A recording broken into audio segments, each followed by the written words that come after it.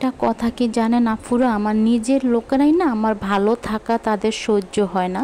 আমি সুখে থাকি এটা কিন্তু তাদের সহ্য হয় না, এমনকি আমি ভালো যে থাকি এটাও কিন্তু তাদের সহ্য হয় না। আসসালামু আলাইকুম everyone, welcome to back to my channel. দূরে কাছে যে যেখান থেকে আমার ভিডিওটা দেখছেন, আশা করি আল্লাহর রহমতে সবাই ভালো আছেন, আমরাও ভালো আছি। নতুন একটা ভিডিও নিয়ে শুরু করলাম সকাল থেকে। দেখুন সূর্য উঠেছে। ভিডিওতে যেই কথাটা বলতে নিচ্ছিলাম হয়তোবা এখনও অনেকে বুঝতে পারছেন না কেন এই কথাটা বলছি। সবার আগেই বলছি, আমি আজকে বাসা ভাড়া থাকছি। আজকে 9 বছর হয়ে গেছে আমি বাসা ভাড়া থাকতেছি। 9 বছরের ভিতরে এর আগে আমি যেই বিল্ডিংয়ে ছিলাম, আমি তো এখানে ছিলাম না 9 বছর, একটা না আরেকটা বিল্ডিংয়ে ছিলাম। ওই বিল্ডিংয়ে থাকা অবস্থায় আমি কিন্তু এক রুম নিয়ে থাকতাম। তখন কিন্তু আমার নানার বাড়ির লোকগুলো আসতো। মানে আমি তো একটা ভিডিওতে বলেছি যে রাত নেই দিন নেই আমি জামে আদর করে খাবিয়েছি। এটা কেন বললাম এখন হয়তো বলতে পারেন যে আপু আপনি এই কথাটা কেন বললাম। এই কথাটা না আমি আজকে ভিডিওতে বাধ্য হয়ে বলতে হচ্ছে, কারণ তারা ওই জায়গায় থাকা অবস্থায় তারা কি করতো, আউট মানুষ নিয়ে বাসায় আসতো। তারা তো আসতো আউট পুরুষ এবং আউট মহিলা নিয়ে আসতো। আউট মহিলা এবং আউট পুরুষ এসে কি করতো, আমার বাসায় আলমারি কোথায় আছে, আমার আলমারির চাবি কোথায় আছে, এমনকি দেখা গেছে আমার ডিপ ফ্রিজ থেকে আমার আবিজাবি নামিয়ে নিয়ে যেত। আমি কিছু বলতে পারতাম না। আমি যখন কিছু বলতাম তখন আমার নিজের লোক, আমার নিজের কাছের লোক জানেন আমাকে কি বলতো, তুমি এখন দাও, তোমাকে পরে সাহায্য করবে, তোমার হাজব্যান্ডকে সহযোগিতা করবে, ওদের সাথে মিল রেখে চলো, ওরা তোমাকে দেখবে। বিশ্বাস করবে না পুরা, মানে আমি সত্যি কথা বলছি, তারা কিন্তু আমার জন্য কিচ্ছু করে না। এমনকি যে মানে একটা চকলেট যে হাতে করে নিয়ে আসবে আমার জন্য, সেটাও কিন্তু নিয়ে আসে না। আজকে আমি ভিডিওতে কথাগুলো বলতে বাধ্য হচ্ছি। পরে আমি যখন দেখলাম যে তাদের বাড়াবাড়িগুলো বেশি হয়ে যাচ্ছে, আউট পুরুষ আউট মহিলা নিয়ে আসছে, একটা মেয়ে কিন্তু বা একটা মহিলা কিন্তু বুঝতে পারে একটা পুরুষের নজর ভালো না খারাপ। থাক, আমি আর ওই দিকে আর কথাটা আমি আর নিচ্ছি না। তারপর যখন আপনাদের ভাইয়া এই জায়গায় মানে এখন যে বিল্ডিংয়ে আছি এখানে বাসা ভাড়া নিয়ে আসছে, এখানে বাসা ভাড়া নিয়ে আসার পরে আপনাদের ভাইয়া শুধু একটা কথাই বলেছে যে কেউ যদি আসতে চায় আমার অনুমতি নিয়ে আমার বাসায় আসতে হবে, আমার সাথে কথা বলবে, আমি মানে আসার কথা বলবো। এটা কি কোনো ভুল কথা বলেছে আপনাদের ভাইয়া?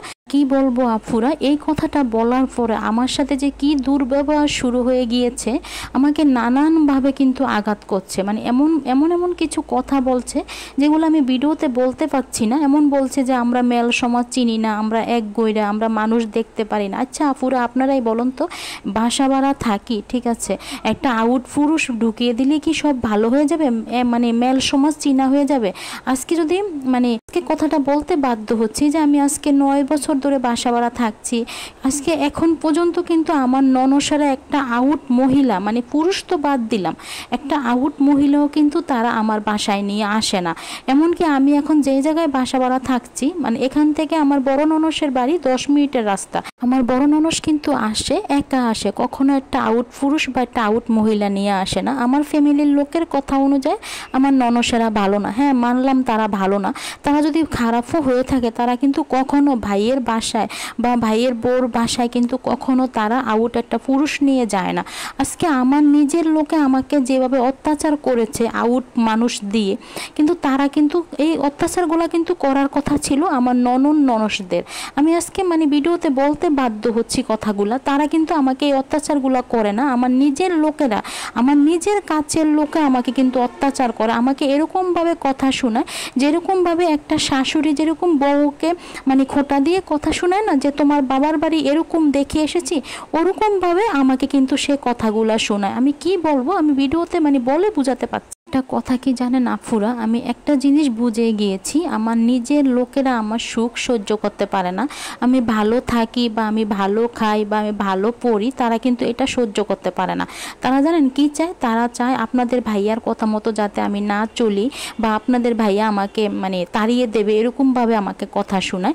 অনেকেই বাসা ভাড়া থাকেন বা অনেকেই বাড়িওলি, তাদেরকেও বলছি প্লিজ আফুরা আপনারা একটু কমেন্টের উত্তরটা দেবেন তো আমাকে, যে বাসা ভাড়া থাকলে কি আউট পুরুষ এবং আউট মহিলা বাসায় ঢুকিয়ে দেব, যেখানে আমি তাদেরকে চিনি না বা আমি জানি না তাদেরকে।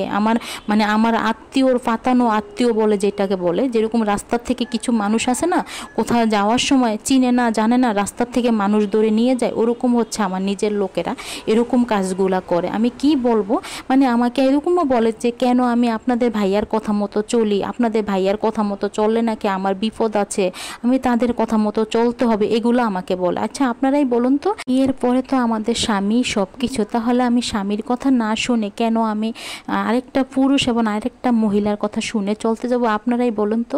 আর এই জায়গায় আমি বা আপনাদের ভাইয়া কি ভুল কথাটা বলেছি যে আমাদের বাসায় কোনো লোক আনতে হলে আমাদের কাছে আগে ফোন দিয়ে বলতে হবে, আপনাদের ভাইয়ার কাছে? কারণ সব সময় কিন্তু মানুষের বাসায় কিন্তু সব কিছু থাকে না। একটা আউট মানুষ নিয়ে আসে, একটা আউট পুরুষ, একটা আউট মহিলা, বলা নেই কোয়া নেই, চিনি না তাদেরকে নিয়ে আসে। কথা বলতে বলতে তো আমি ভুলেই গিয়েছি আজকে কি রান্না করব সেই কথা বলতে, তার জন্য এখন বলে দিচ্ছি। আপনারা তো দেখেছেন আমি মাছ ভেজে নিয়েছিলাম, আমি বাটা মাছ ভেজে নিয়েছি। আমি আজকে মাছ রান্না করব জলফই দিয়ে, তার জন্য জলফই নিয়েছি, তার জন্য বলছি জলফইয়ের আচার ছিল, আচারটা তেলের আচার দিয়ে রেখেছিলাম মিষ্টি ছাড়া। আমি ওই আচারের থেকে 3 পিস জলফই উঠিয়ে নিয়েছিলাম, তার জন্য বললাম। দেখুন আমি পেঁয়াজটা ভেজে নিয়েছি, আমি জলফই টক দিয়ে আজকে আমি মাছ রান্না করব।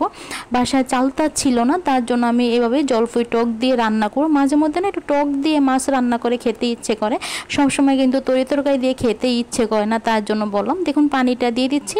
আমি কিন্তু আজকে সিম্পলভাবে মাছটা রান্না করব, আমি কিন্তু কোনো আদা রসুন বাটা দিচ্ছি না, আমি কিন্তু গুঁড়া মশলাগুলো দিয়েই কিন্তু রান্নাটা করব। আমি লবণ দিয়ে দিলাম, তারপরে হলুদ দিয়েছি, তারপরে আমি পরিমাণ মতো ঝালটা দিয়ে দিলাম, মরিচের গুঁড়াটা, তার জন্য বললাম। আর সাথে অল্প কিছুটা পরিমাণে আমি ধনিয়ার গুঁড়ি বা জিরার গুঁড়ি দিয়ে দেবো, অল্প কিছুটা পরিমাণে, একবারে বেশি দেব না। দেখুন মশলাটা আমি ভালো করে কষিয়ে নিয়েছি। এই পর্যায়ে আমি আচারটা দিয়ে দিচ্ছি, আর আচারের সাথে কিছুটা সরিষার তেল ছিল, ওগুলো আমি দিয়ে দিলাম, কারণ ওগুলো আচারের তেলই ছিল, তার জন্য বললাম। দেখুন এখন জলফইটা দিয়ে আমি ভালো করে খোসনির সাহায্যে আমি কেটে দেবো, যেহেতু জলফইটা আনাম ছিল, তার জন্য আমি একটু কেটে দিচ্ছি, তার জন্য বললাম খুসনির সাহায্যে। আর আমি এভাবেই টক দিয়ে রান্না করি, তার জন্য বললাম। জানেন আফুরা, একটা সময় কিন্তু আপনাদের ভাইয়া আমার নিজের লোকেদের কথা মতো চলতো বা শুনতো, যারা আউট লোক নিয়ে আসতো তাদের কথা মতো, কিন্তু বিনিময়ে আপনাদের ভাইয়া তাদের কাছ থেকে কোনো সম্মানটুকুও পায়নি। এরপর যে আমি ভেজে রাখা মাছগুলা দিয়ে দেবো, আমি তো আগেই মাছগুলা ভেজে রেখেছিলাম, মাছগুলা দিয়ে আমি অল্প কিছুটা পানি দেব, বেশি কিন্তু পানিটা দেব না, একটু মাখো মাখো ভাবে আমি কিন্তু মাছটা রান্না করে নেব। একবারে বেশি জলও থাকবে না, আবার একবারে বেশি শুকনো হবে না, একটু গ্রেভি সিস্টেম ভাবে রান্নাটা করে নেব আমি। দেখুন আমি পরিমাণ মতো জলটা দিলাম, আমি কিন্তু গরম পানি দিয়েছি, যে কোনো তরকারি রান্না করার ক্ষেত্রে কিন্তু আমি চেষ্টা করি গরম পানিটা দেওয়ার জন্য, তার জন্য বলে দিলাম। তো বন্ধুরা আমি তো এখন ভয়েস ওভারটা দিচ্ছি, ভয়েস ওভারে আপনারা বিভিন্ন শব্দ পেতে পারেন, বাইরে বাড়ির শব্দ বা চিল্লাপাল্লার শব্দ, আবার দেখা যাচ্ছে একটা শ্মশানের শব্দও থাকতে পারে, যেহেতু আমি ফ্যান ছেড়ে ভয়েস ওভারটা দিচ্ছি, গরমের কারণে ফ্যান অফ করে ভয়েস ওভারটা দিতে পারছি না, তার জন্য বললাম প্লিজ আপনারা ক্ষমা সুন্দর দৃষ্টিতে আমার কথা যদি কোনো ভুল ত্রুটি হয়ে থাকে তাহলে আপনারা ক্ষমা সুন্দর দৃষ্টিতে দেখবেন।